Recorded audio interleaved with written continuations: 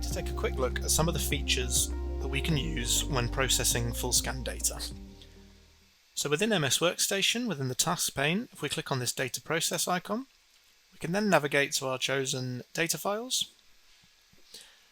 One thing that we can do here is overlay ticks, total ion chromatograms. So if I hold Control and then click, we can now have these two viewed together. We have options here with this drop down. We can either stack them or we can overlay them. This can be very useful for comparing data sets. We can zoom by left click and dragging, or using the buttons at the side here. And we can also navigate through the tick by using this slider here or by clicking on the arrows. We can zoom back out by clicking on the full scale here.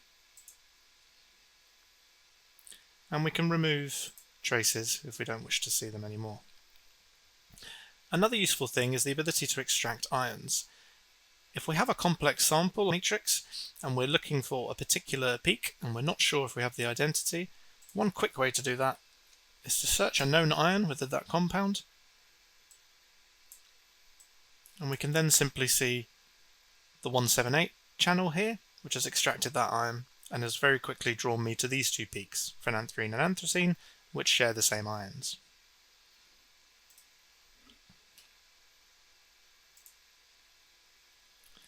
If we wish to library search, we have two options. We can either left click here, which will then bring up the spectra.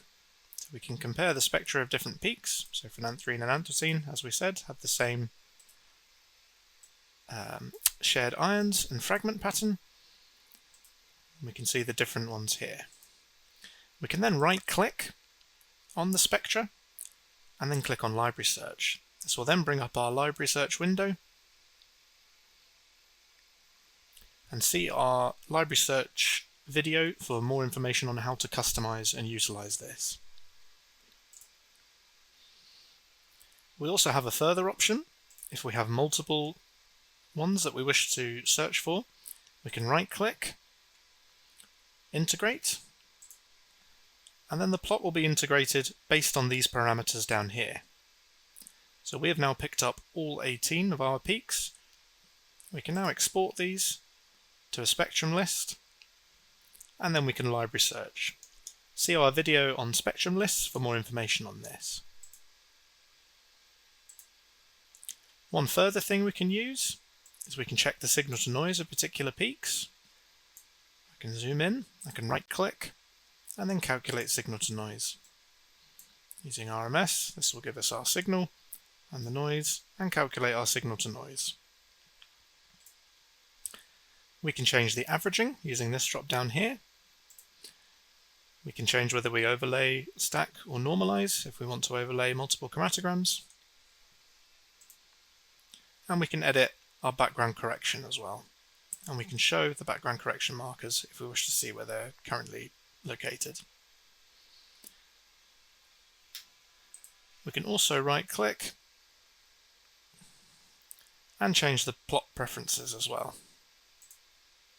So here gives us a number of different options that we're able to change. Different views, the smoothing for example, how we smooth, what is shown on the tile, and even the font and the different axes and labels that are shown, including the colors.